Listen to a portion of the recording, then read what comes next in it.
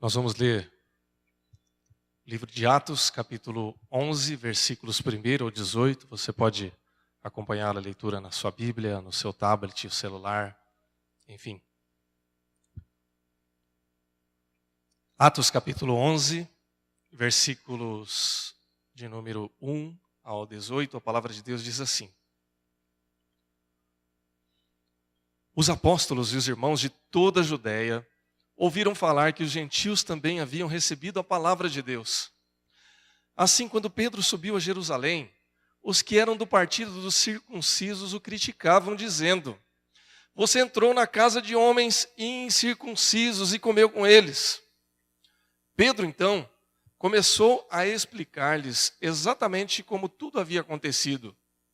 Eu estava na cidade de Jope orando, caindo em êxtase. Tive uma visão. Vi algo parecido com um grande lençol sendo baixado do céu, preso pelas 4 pontas, e que vinha até o lugar onde eu estava. Olhei para dentro dele e notei que havia ali quadrúpedes da terra, animais selvagens, répteis e aves do céu. Então ouvi uma voz que me dizia: Levante-se, Pedro, mate e coma. Eu respondi: De modo nenhum, Senhor. Nunca entrou em minha boca algo impuro ou imundo. A voz falou do céu segunda vez: Não chame impuro o que Deus purificou. Isso aconteceu 3 vezes, e então tudo foi recolhido ao céu. Na mesma hora chegaram à casa em que eu estava hospedado 3 homens que me haviam sido enviados de Cesareia. O Espírito me disse que não hesitasse em ir com eles. Esses 6 irmãos também foram comigo, e entramos na casa de um certo homem. Ele nos contou como um anjo lhe tinha aparecido em sua casa e dissera: Manda buscar em Jope a Simão, chamado Pedro. E lhe trará uma mensagem, por meio da qual serão salvos você e todos da sua casa. Quando comecei a falar, o Espírito Santo desceu sobre eles como sobre nós no princípio. Então me lembrei do que o Senhor tinha dito: João batizou com água, mas vocês serão batizados com o Espírito Santo. Se, pois, Deus lhes deu o mesmo dom que nos dera quando cremos no Senhor Jesus Cristo, quem era eu para pensar em opor-me a Deus? Ouvindo isso, não apresentaram mais objeções e louvaram a Deus, dizendo: Então, Deus concedeu arrependimento para a vida até mesmo aos gentios. Vamos orar? Pai, nós te agradecemos e te louvamos pela tua palavra. Nós cremos que ela é poderosa para falar aos nossos corações, para nos abençoar e para dirigir as nossas vidas. Ajuda-nos, Senhor Deus, agora a termos a correta compreensão da tua palavra e que assim saiamos edificados, ensinados, exortados e direcionados pelo Senhor para a tua vontade, em nome de Jesus. Amém. Irmãos,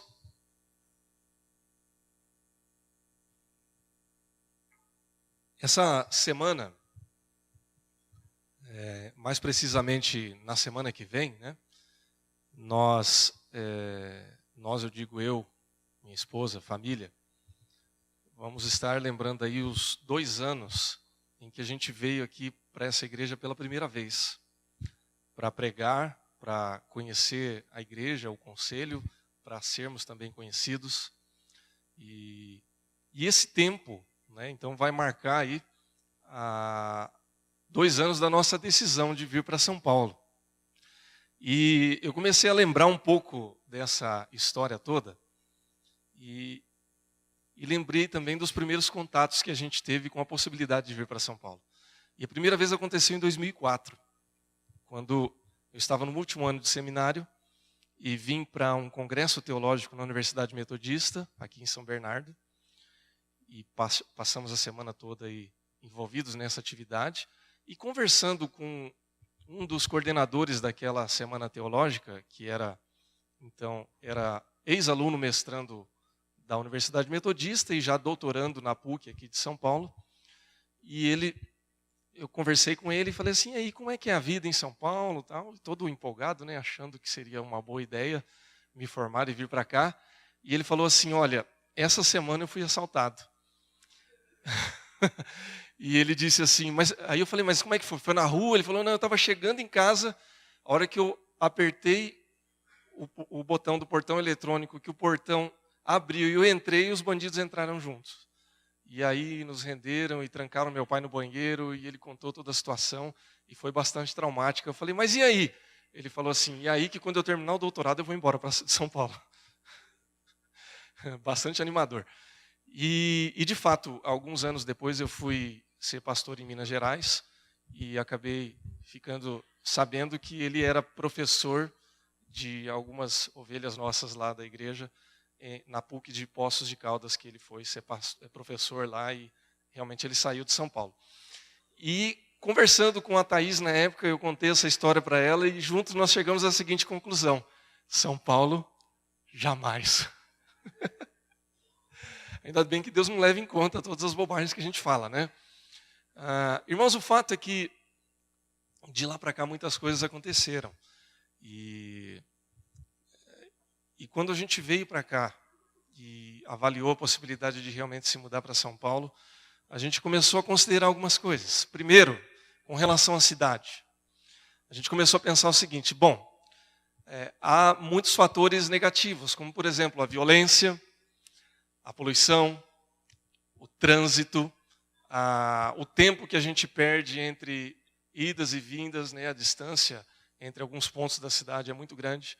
Então, e outros fatores mais aí que a gente poderia elencar aqui como fatores negativos.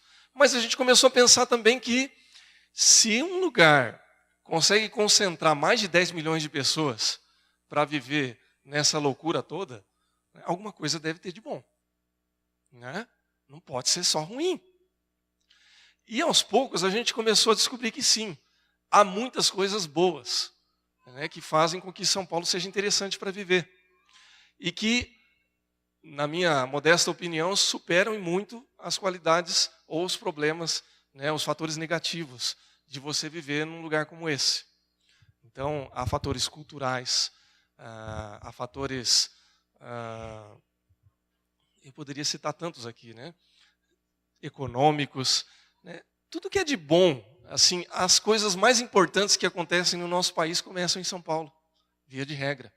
Então, você come muito bem, você tem opções culturais aí muito caras, muito baratas e algumas gratuitas, né? Cabe em todos os bolsos, né? Você pode andar pela cidade, é só você se atualizar que você vai ter contato com isso. Eu descobri, irmãos, que para assistir o jogo do meu clube do coração, basta apenas eu pagar um bilhete de metrô. E a entrada que é cara também, né? Irmãos, vocês não fazem ideia do que é para um palmeirense morar a 500 quilômetros de distância do seu estádio. Você não vai nunca. Você descobre que o ingresso que não é tão barato, ele se torna a coisa mais barata dentre tantas outras coisas quando você mora longe. Então, por exemplo, hoje eu pago meia entrada, pago aí por volta de R$80 para assistir um jogo do Palmeiras no estádio. Né? Alguém pode dizer, nossa, mas é caro, eu pago meia, né? Por isso que eu pago 80. Ou R$45 se eu conseguir o bilhete aí nas primeiras horas, porque depois você não consegue mais. Mas o fato é que, para quem mora longe, R$80 é o mais barato. Você vai ter que viajar, você vai ter que pagar alimentação, talvez você até tenha que dormir, eu não sei, né? Enfim. O que eu quero dizer com isso é que São Paulo, ele oferece muitas coisas boas, a cidade de São Paulo. Né? Você tem boas opções de estudo, de lazer, de gastronomia, de cultura. E eu descobri também, né, depois de 1 ano e meio morando aqui, que o paulistano é gente boa. É descolado, né? Gosta de novidades, gosta de estar antenado, gosta de trabalhar, gosta de estudar. Né? E isso é muito bom, a gente se identifica muito com isso. Trazendo para o contexto da igreja local e da região que a gente está, porque se a gente for falar de São Paulo, há várias São Paulos aqui dentro de São Paulo. Né? Quem é o paulistano típico? Né? Pode ser o paulistano da Moca. Né? Mas pode ser o paulistano da Zona Leste também. Né? Pode ser o paulistano dos Jardins. Então, como é que eu vou falar do paulistano? Né? Há alguns estereótipos, há algumas regiões aqui, né, que a gente vai falar. Então vamos falar um pouquinho da nossa realidade local aqui. A nossa região, que é bem pertinho da Moca, né, Solange? E outros que são da Moca aqui, né? Grace. Né? Se eu não citar o nome dela aqui, como é que fala, né? Mas estamos aqui no Ipiranga, enfim. Mas falando da nossa realidade de igreja local. Né? Uma outra coisa que a gente falava, me permite, irmãos, falar um pouco do nosso contexto aqui para fazer essa introdução. Porque nós temos uma palavra para ser entendida aqui dentro do texto que nós lemos em Atos. Mas essa introdução é importante para a gente pensar um pouquinho na nossa realidade aqui de igreja local. Quem é pastor no interior, como eu fui pastor no interior com Harry, né, por muitos anos, a gente ouve falar que as igrejas de São Paulo, elas são muito tradicionais. Né, que o pastor, ele gosta de uma liturgia bem reformada, bem tradicional, que as igrejas valorizam muito isso. E quando a gente chegou aqui na igreja do Ipiranga, a gente encontrou uma igreja meio do interior aqui também. Né, pelo menos para o nosso estilo. Né. Depois a gente foi descobrir que tem bastante gente do interior aqui também. Né, que não é só o paulistano da Moca, tem os interioranos como a gente também. Né, o povo mais caipira. Me permita, eu sou caipira. Né, então eu falo assim. Então a gente começou a se identificar com isso também. A gente começa a descobrir que há muitas qualidades também na igreja local. Né? Que há esse ar de igreja do interior mesclado com o jeito de ser do paulistano.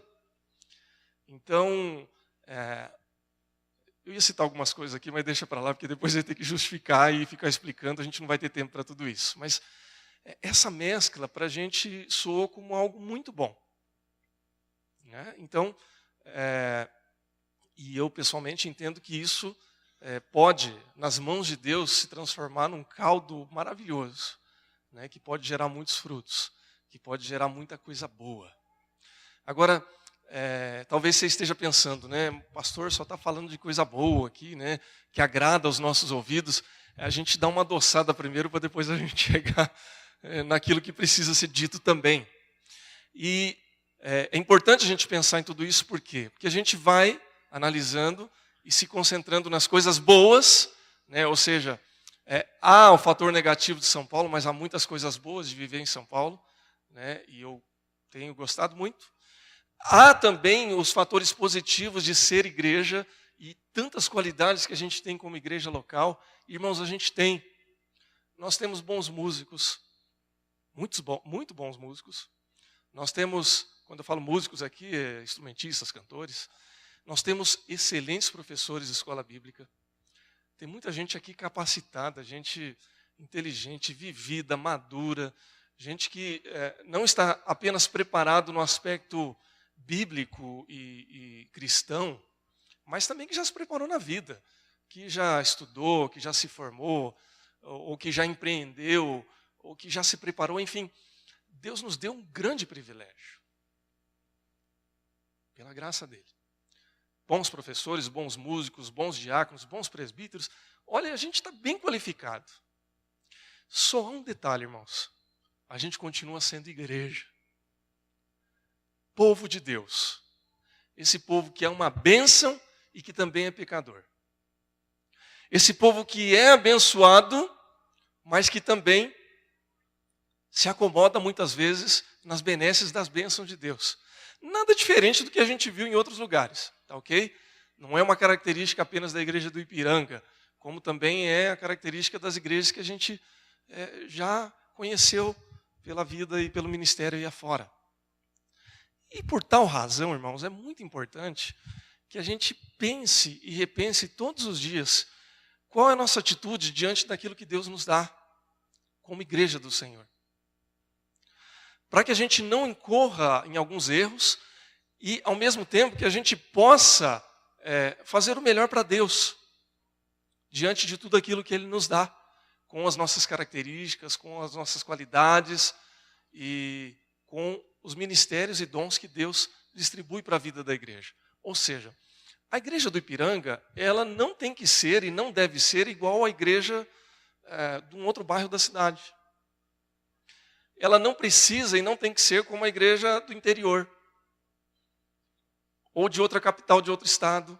Cada igreja ela tem uma característica que ela é sua, que ela é peculiar, né? Com suas qualidades, com os seus dons, com a sua vocação, com as demandas do lugar específico em que ela está inserida, no nosso caso aqui, a região do Ipiranga. Mas, algumas características e algumas atitudes que a gente vê e que são comuns em toda igreja que você vai. Eu vou trazer algumas dessas atitudes aqui, como reflexão do texto bíblico, e depois você pode concordar ou discordar de tudo que nós estamos falando aqui. Mas se você já passou por outras igrejas, você talvez vai começar a concordar e perceber que o que você viu em outra igreja, você vai ver aqui, e você já viu em outro lugar, porque refere-se não a igrejas locais, mas a atitudes que nós temos como pessoas, como cristãos. E algumas atitudes elas são positivas e outras nem tanto. E aí então, nós vamos caminhar e perceber o que nós podemos mudar, ou melhorar, ou incentivar para a vida da nossa igreja. Por que eu estou fazendo essa comparação, irmãos? Hoje nós somos os cristãos, tá ok? Como cristãos nós somos povo de Deus. Você concorda com isso, irmão? Amém? Nós somos o povo de Deus. É o povo que Deus chamou para ser chamado de seu. E eu glorifico a Deus por isso todos os dias, porque eu tenho esse privilégio, você também. Nos tempos do apóstolo Pedro, conforme o texto que nós lemos aqui em Atos, quem ainda sentia e poderia falar de boca cheia que tinha primazia de ser chamado de povo de Deus eram os judeus. Não mais eles agora, porque os cristãos, aqueles que estavam recebendo Jesus como seu Senhor e Salvador, já estavam participando dessa bênção também. Mas, a princípio, os judeus estavam vivendo ainda esse benefício, porque eles já viviam isso há muitos e muitos anos. Há centenas e centenas de anos, os judeus eram o povo de Deus. O povo, o sacerdócio real, o povo de propriedade exclusiva de Deus, eram os judeus. Só que a coisa estava mudando. Porque agora havia ali uma notícia de que os gentios haviam recebido o Espírito Santo e estavam sendo chamados também de povo de Deus. E por conta disso havia uma demanda totalmente nova. Havia uma igreja incipiente que estava ali começando e os judeus, e especialmente ali os discípulos, eles estavam tendo que lidar com essa demanda nova. Ou seja, tem gente recebendo o Espírito Santo, tem gente sendo convertida ao Evangelho, e essas pessoas também precisam ser batizadas, precisam ser acolhidas como novo povo de Deus. E isso estava gerando problema. Porque a partir de agora, pessoas diferentes, pessoas de costume diferente, pessoas de realidades diferentes, começam a fazer parte do povo de Deus, com suas práticas, com seus hábitos, com seus defeitos, com as suas qualidades. Vai sacudir aqui a nossa casa. Vai mudar o nosso jeito de ser.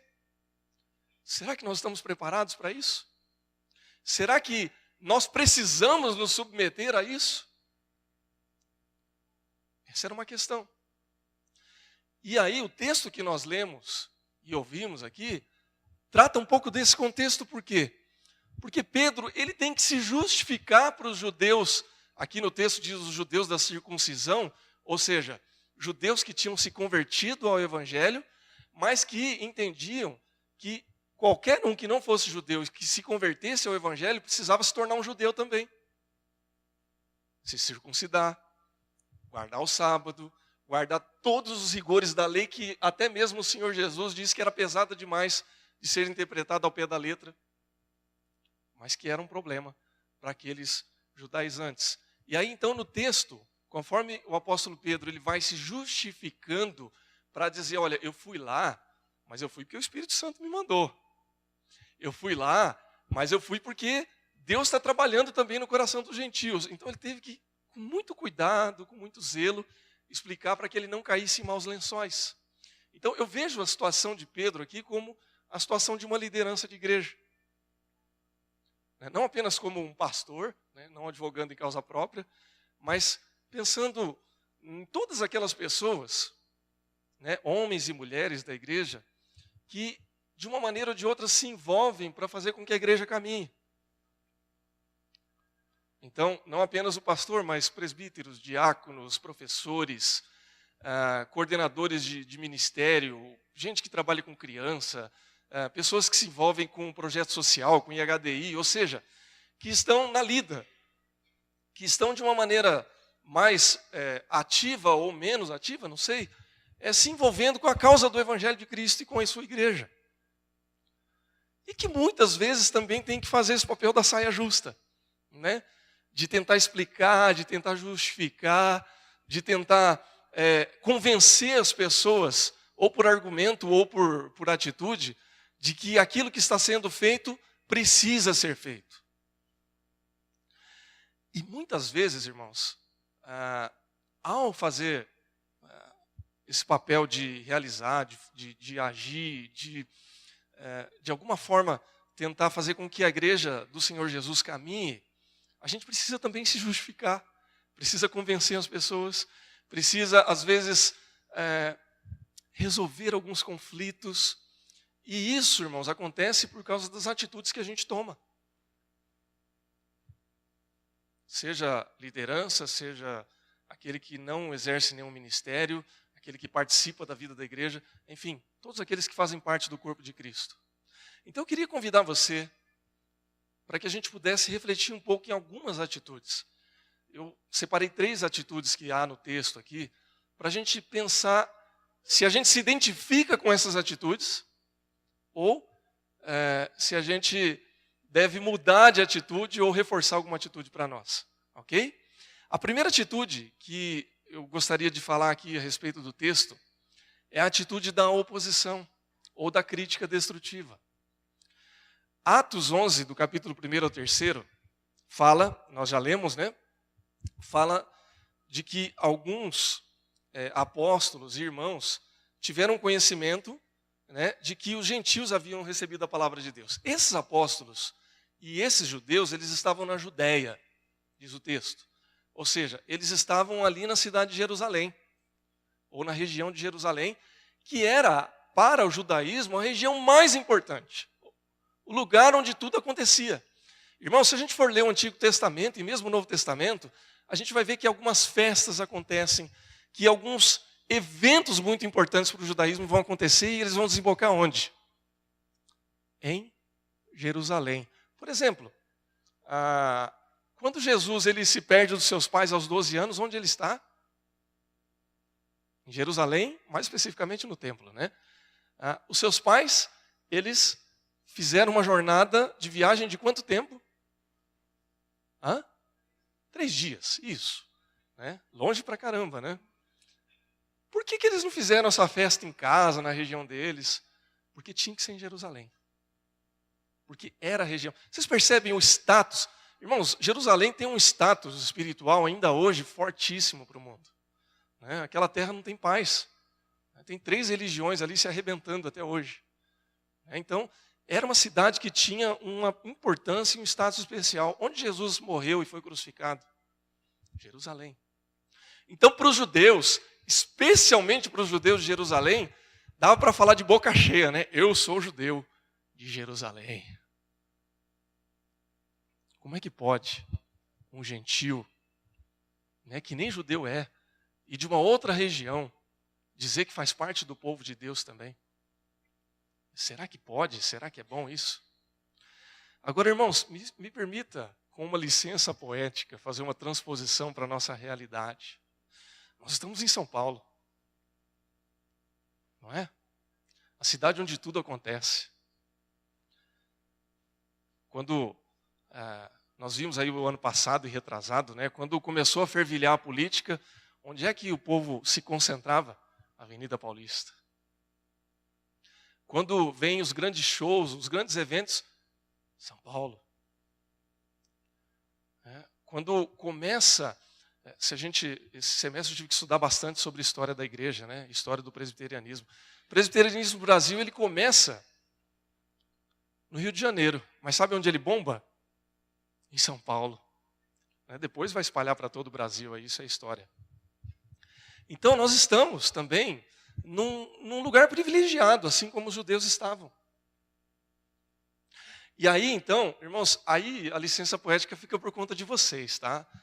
Quando a gente vai falar assim, bom, sou membro da igreja do Ipiranga. Eu estou aqui há pouco tempo, então eu ainda, se eu falar isso de boca cheia, alguém vai falar assim, você chegou agora, por que você está falando isso? Você nem fala porta ainda, por que você está falando assim? Então, a licença poética fica por conta dos irmãos. Mas, fazendo essa comparação, o que eu quero dizer, irmãos? Pedro estava com um grande problema. Porque quando ele vai falar a respeito dos gentios, os judeus judaizantes não estavam muito felizes pelo fato de Pedro ter tomado a atitude de ir na casa daqueles irmãos. Que a gente entende como irmãos, mas os judeus não estavam nem comparando como se fosse. Pedro teve que lidar com a atitude da oposição.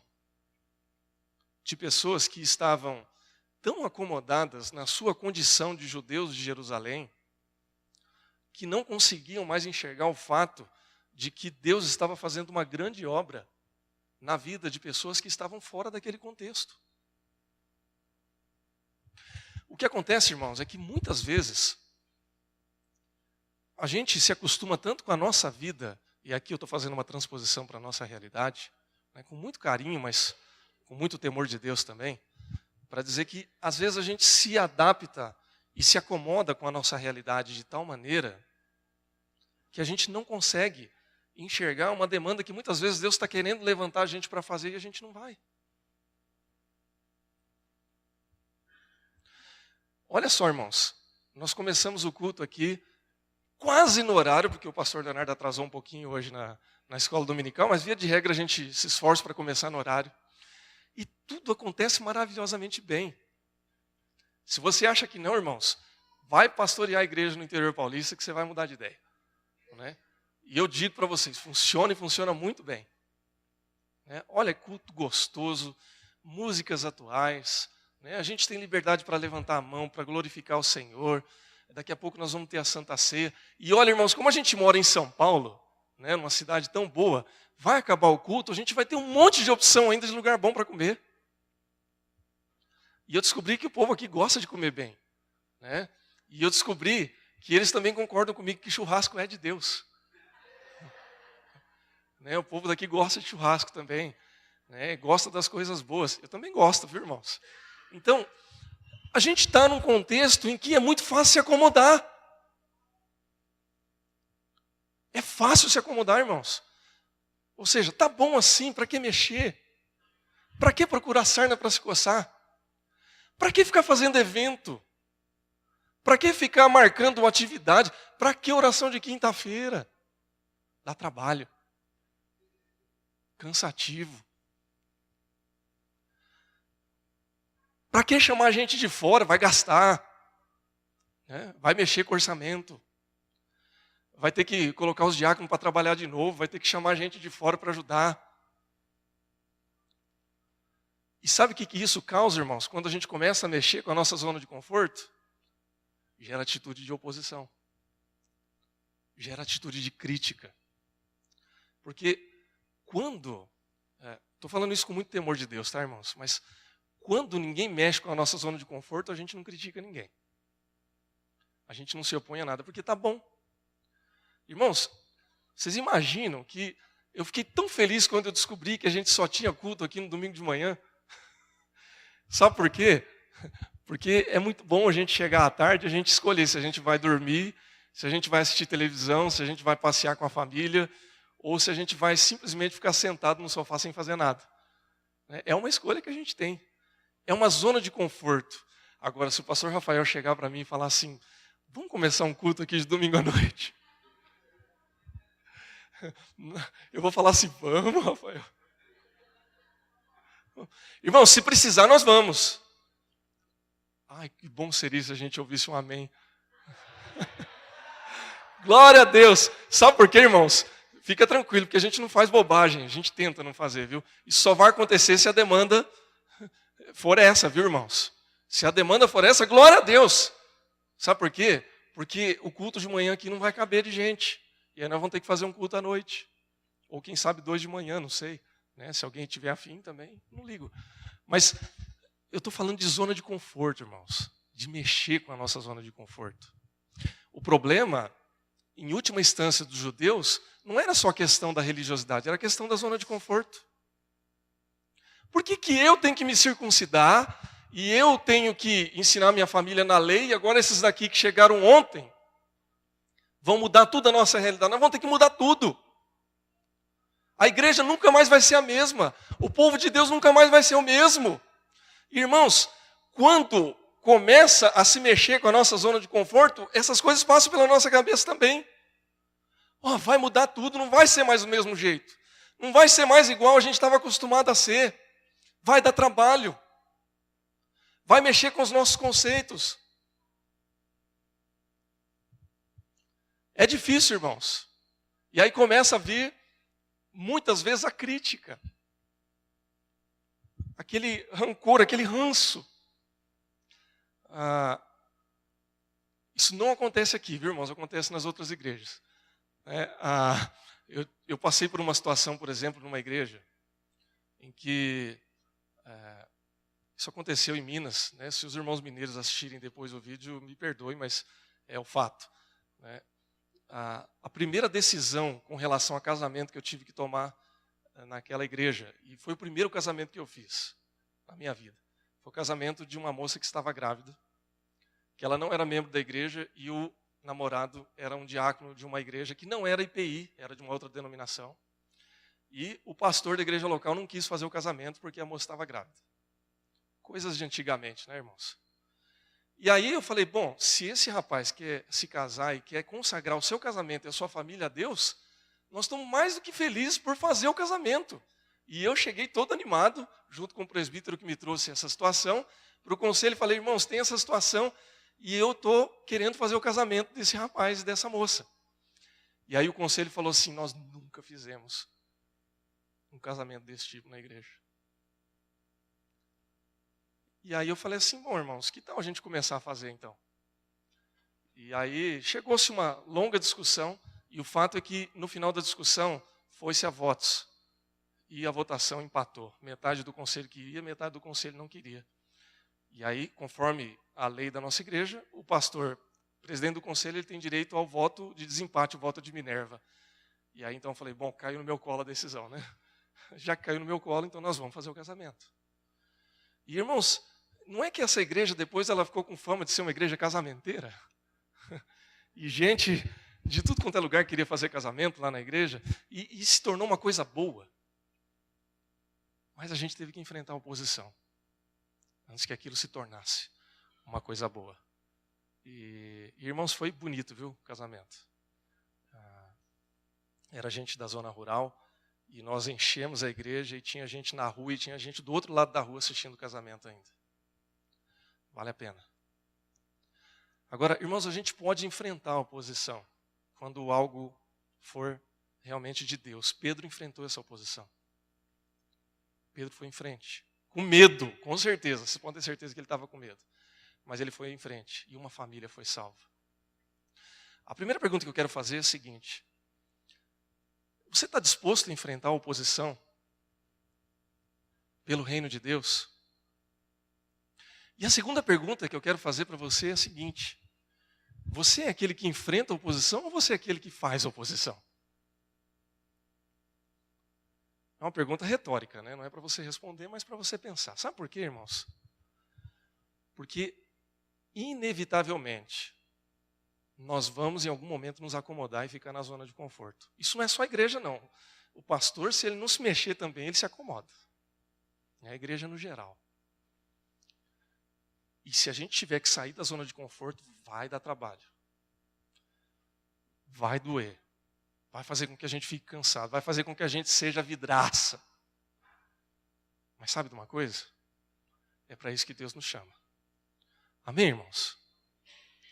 O segundo ponto que eu quero destacar aqui, eu vou andar mais um pouco para a gente encerrar. É a atitude da realização. Ou a atitude da confiança em Deus.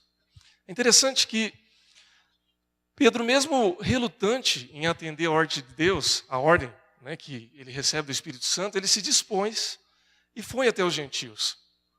E mesmo com toda aquela inimizade, né, que separava judeus de gentios, ele percebeu que isso já tinha sido quebrado pela morte de Cristo. E mesmo assim, em dúvida, mesmo sem saber o que realmente ia acontecer, ele chega até a casa daquela família e mesmo relutante, ele vai lá e faz o que precisa ser feito. E Deus está com ele. E pelo fato de Deus estar com ele, pelo fato dele fazer aquilo que era a vontade de Deus, vidas foram salvas, uma situação foi transformada, e não apenas a situação daquela família, mas até mesmo daqueles judaizantes, né? Aquela situação foi mudada, porque ele tem a oportunidade de chegar para aquelas pessoas e dizer, olha, Deus transformou aquela realidade. E no final, quando a gente lê o versículo 18, a gente vai ver ali que aqueles que estavam colocando objeções não apresentam mais nenhuma objeção e diz assim, então, Deus concedeu arrependimento para a vida até mesmo daqueles gentios. Irmãos, muitas e muitas vezes a gente tem que tomar algumas atitudes e realizar algumas coisas na vida da igreja que a gente nem sabe se vai dar certo. Vocês podem ter certeza. E às vezes a gente tem que lidar com algumas realidades na igreja que a gente nem sabe o que vai acontecer. E a gente fica relutante. Não pense vocês que quando a gente se propõe a vivenciar alguma coisa na vida da igreja, a gente tem certeza que vai estar tudo certo.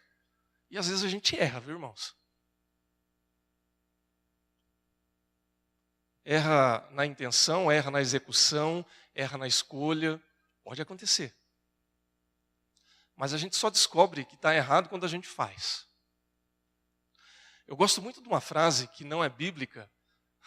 Às vezes a gente brinca, né? Ah, não está na Bíblia, mas podia estar, né? Diz uma frase assim, que é melhor o feito do que o perfeito. Você já ouviu isso? Sabe por quê, irmãos? Porque o perfeito ele nunca é realizado. Quando a gente quer fazer uma coisa muito perfeitinha, a gente não faz nunca, porque a gente sempre fica com algum detalhe por fazer. Então é melhor fazer logo. E no reino de Deus não é diferente. Se Deus nos manda fazer algo, o texto diz que o Espírito Santo incomodou Pedro. Ora, irmãos, se Deus está nos dando direção, vamos lá. Vamos seguir em frente. Vamos realizar algo, não por nós, mas por Deus. Pela força e pelo Espírito de Deus. E eu penso que se Pedro ficasse hesitante ali, relutante, e pensasse mais um pouco acerca disso, as coisas não iam acontecer. E Deus ia ter que levantar outra pessoa para realizar. Irmãos, isso é muito sério. A primazia do anúncio do Evangelho da Palavra de Deus estava na mão dos judeus. Aonde é que começa a igreja do Senhor Jesus? Começa com os judeus. Aquela comunidade bonita que a gente vê lá de Atos 2, né? Ai, que lindo, né? E havia um só coração e todos partilhavam do pão. Vocês acham que tinha gentio naquela igreja? Aquilo era primazia de judeu. A igreja mais linda que a gente imagina, né? O modelo de igreja que a gente pensa em ser um dia, era aquele modelo da igreja dos judeus. Sabe o que acontece com aquela igreja dos judeus, irmãos? Aquela igreja que se acomodou, aquela igreja que não tomou a atitude de realizar, de seguir em frente, essa igreja passou a ser perseguida. E as coisas só começaram a acontecer quando a igreja foi dispersa. Que aí assim, já que você não vai por um jeito, você vai pelo outro, né? Você não vai pregar o evangelho por boa vontade, então vai por perseguição. E essa igreja de Jerusalém, algumas décadas depois, precisou de ajuda da igreja dos gentios. Como a gente vê nas cartas, em que o apóstolo Paulo tem que fazer coleta das igrejas de gentios, para sustentar financeiramente a igreja de judeus. Porque essa igreja parou no tempo. Irmãos, nós precisamos insistentemente de uma igreja que esteja disposta a realizar coisas em nome do Senhor Jesus. Que não tenha medo, que tenha ousadia, que tenha coragem, que não fique presa às glórias do passado, né? Às bênçãos do passado, mas que consiga enxergar um pouco mais adiante. Uma vez eu citei aqui num outro sermão que, quando eu falei a respeito da igreja do Ipiranga, eu ouvi muito bem, né, e diziam, essa igreja, ela é uma igreja de vanguarda. Né? Sabe como é que a gente se torna uma igreja ou uma instituição de vanguarda?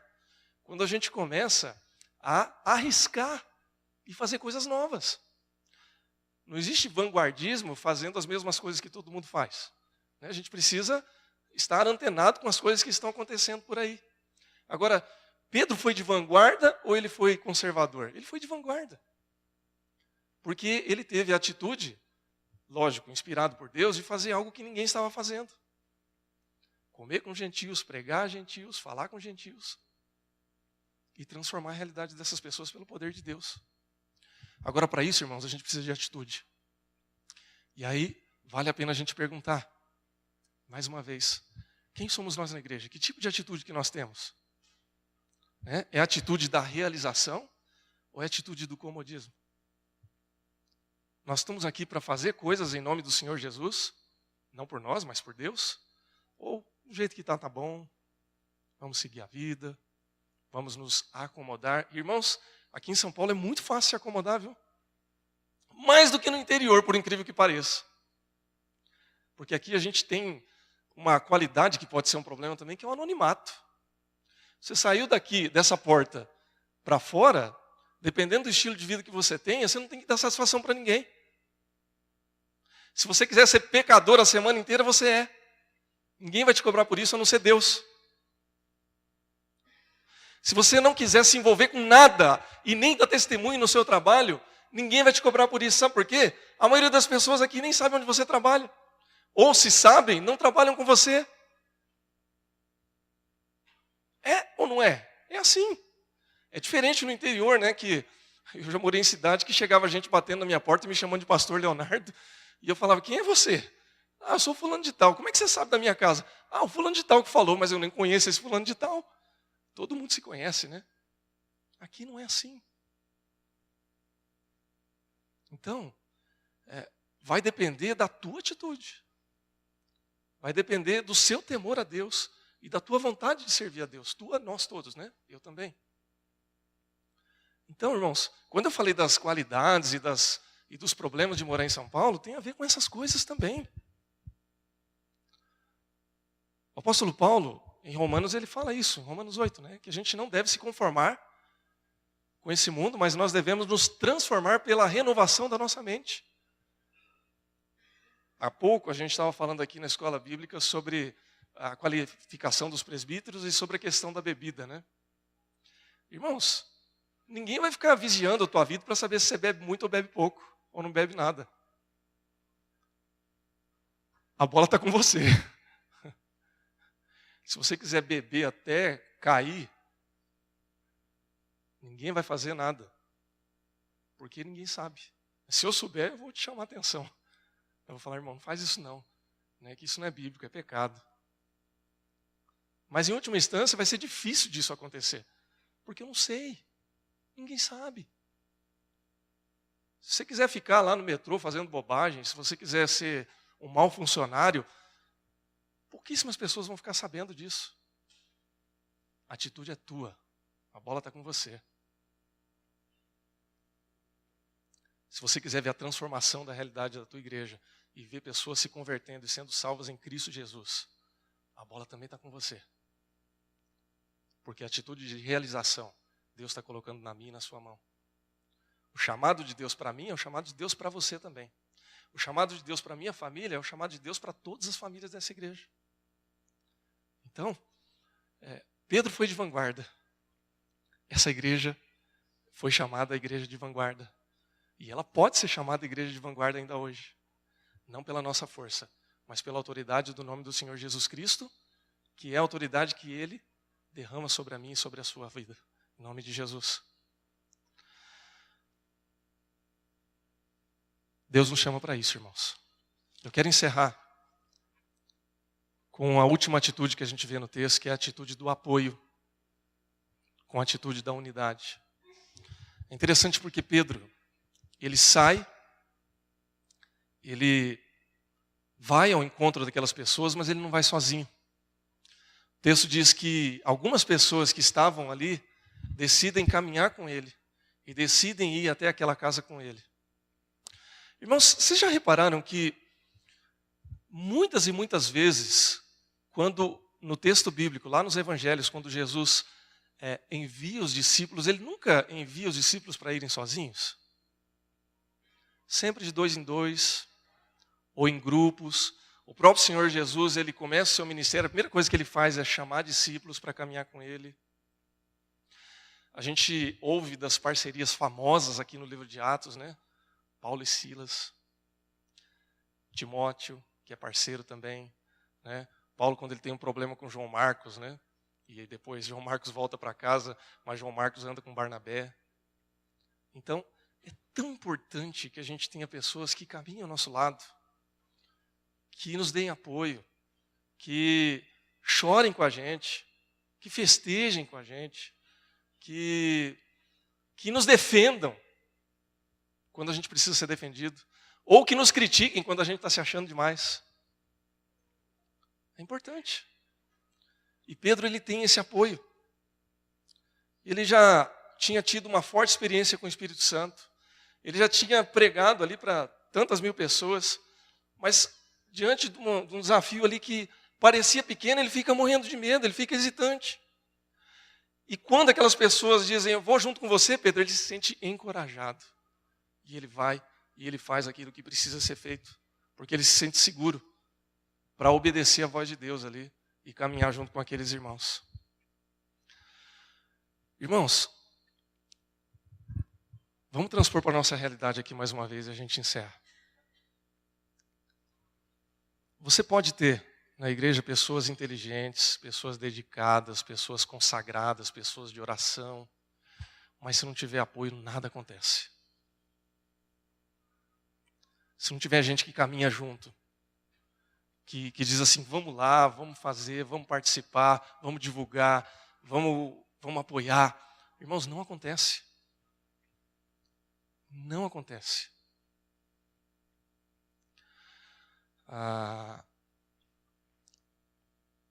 Eu não sei se você já sentiu medo de fazer algumas coisas, eu já senti. Aliás, eu vivo sentindo, né? O medo faz parte da nossa vida, né? E para quem prega, né? Como os pastores pregam, como alguns presbíteros pregam, eu não sei vocês, mas eu sempre quando vou subir aqui, eu já subo com aquele gelinho na barriga, né? A barriga já está gelada, você já fica com a mão gelada também. E eu acho que é bom isso, né? O dia que eu não sentir esse gelo é porque eu não tenho mais temor de Deus, alguma coisa está errada. Então eu prefiro continuar sentindo esse gelo. Mas, irmãos, é tão importante quando a gente se sente apoiado. Né? Quando na igreja você vê que há pessoas que, mesmo que não entendam toda a dinâmica das coisas, mas falam assim, não, se Deus está nos chamando para isso, alguma coisa boa vai acontecer. E, irmãos, de verdade, uma das coisas que me deixam assim, feliz, uma das coisas que me deixa feliz aqui na nossa igreja é saber que há pessoas que têm proposto ideias, que têm proposto soluções e têm proposto atividades para que alguma coisa boa aconteça na vida da igreja. Olha quantos eventos a gente já teve desde o início do ano. Já teve almoço para a família, nós já tivemos evento de louvor, já tivemos aí outro evento para a família, sábado ontem, tivemos aí eventos sobre sexualidade. Ou seja, há tantas coisas que aconteceram e outras que estão por acontecer. Daqui a pouco a gente tem conferência missionária. Depois nós vamos ter outra atividade para a família. E tantas outras coisas. Semanalmente agora volta a Unir. Né? Algumas reuniões de Unir já voltaram, né? E outras estão já voltando. Ou seja, tem coisa e coisa e coisa acontecendo na vida da igreja. Agora, eu vou dizer uma coisa, irmãos. Sem apoio, não vai funcionar. Ou vai funcionar pouco. Ah, pastor, quer dizer então que não tem gente apoiando? Claro que tem. Graças a Deus. Se não houvesse apoio, não estava realizando, não estava acontecendo. Mas, irmãos, vale a pena perguntar. Eu faço parte desse apoio? Se você faz parte desse apoio, glória a Deus. Continue apoiando, meu irmão, minha irmã. Se você não está apoiando, está esperando o quê? Deus está te chamando para isso também. Se cada atividade que a gente realizasse aqui na vida da igreja, cada irmão, cada irmã pudesse apoiar na medida das suas possibilidades, a gente nunca tinha igreja vazia. Você já pensou nisso? É verdade. Eu falo nas possibilidades por quê? Porque há casos e casos. Se você está viajando, você não pode estar aqui, né? Ainda não inventaram uma maneira da gente estar em 2 lugares ao mesmo tempo. Logo, logo eles inventam, né? Vai dar um jeito. Algumas igrejas aí já estão com essa novidade, né? Tem pastor pregando para 3 igrejas diferentes.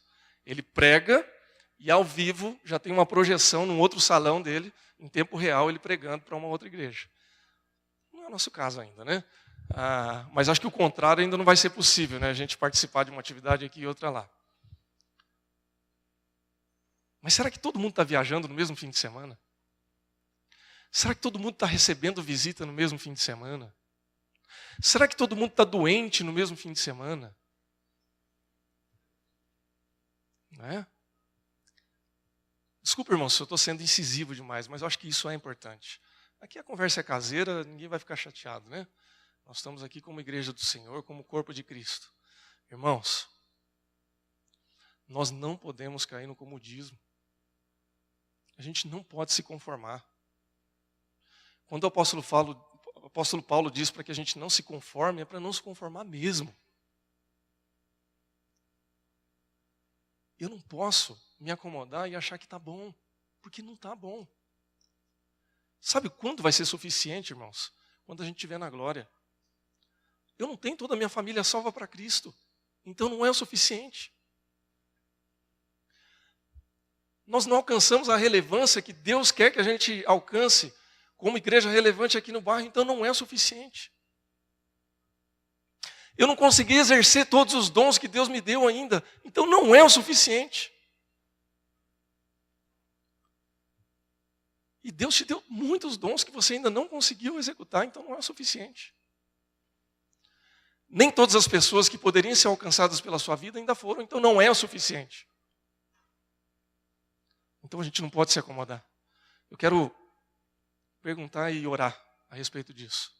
Quem é você na igreja? Qual a atitude que você tem na igreja? É da crítica? É da realização? É do apoio? Quem somos nós? Eu acho que a partir daí, a gente pode pensar em reforçar algumas atitudes. Ou então em repensar outras atitudes. Não fique bravo comigo, mas se você ficar, paciência, né? A gente não vai conseguir agradar todo mundo, mas o fato é, você precisa estar aqui, meu irmão. Você precisa estar aqui, minha irmã. Você não pode depois, olha, eu estou tranquilo para falar isso aqui de púlpito. Você não pode dizer que essa igreja não se preocupa com a sua família. Você não pode dizer que essa igreja não leva a sério os princípios da palavra de Deus. Você não pode dizer que essa igreja não se preocupa em realizar algumas atividades para que você seja abençoado e seja bênção. Porque isso tem acontecido. Talvez não da maneira como a gente gostaria ou que você gostaria. Eu também. Acho que a gente poderia fazer coisas muito melhores. Mas alguma coisa a gente está procurando fazer. Sabe o que falta? Só falta a gente estar junto. Se você já está junto, meu irmão, Deus te abençoe. Se você não está junto ainda, está esperando o quê? Deus está te chamando para isso. Que Deus te abençoe. Que Deus nos abençoe. Que Deus nos fortaleça em nome de Jesus. Feche seus olhos e vamos orar.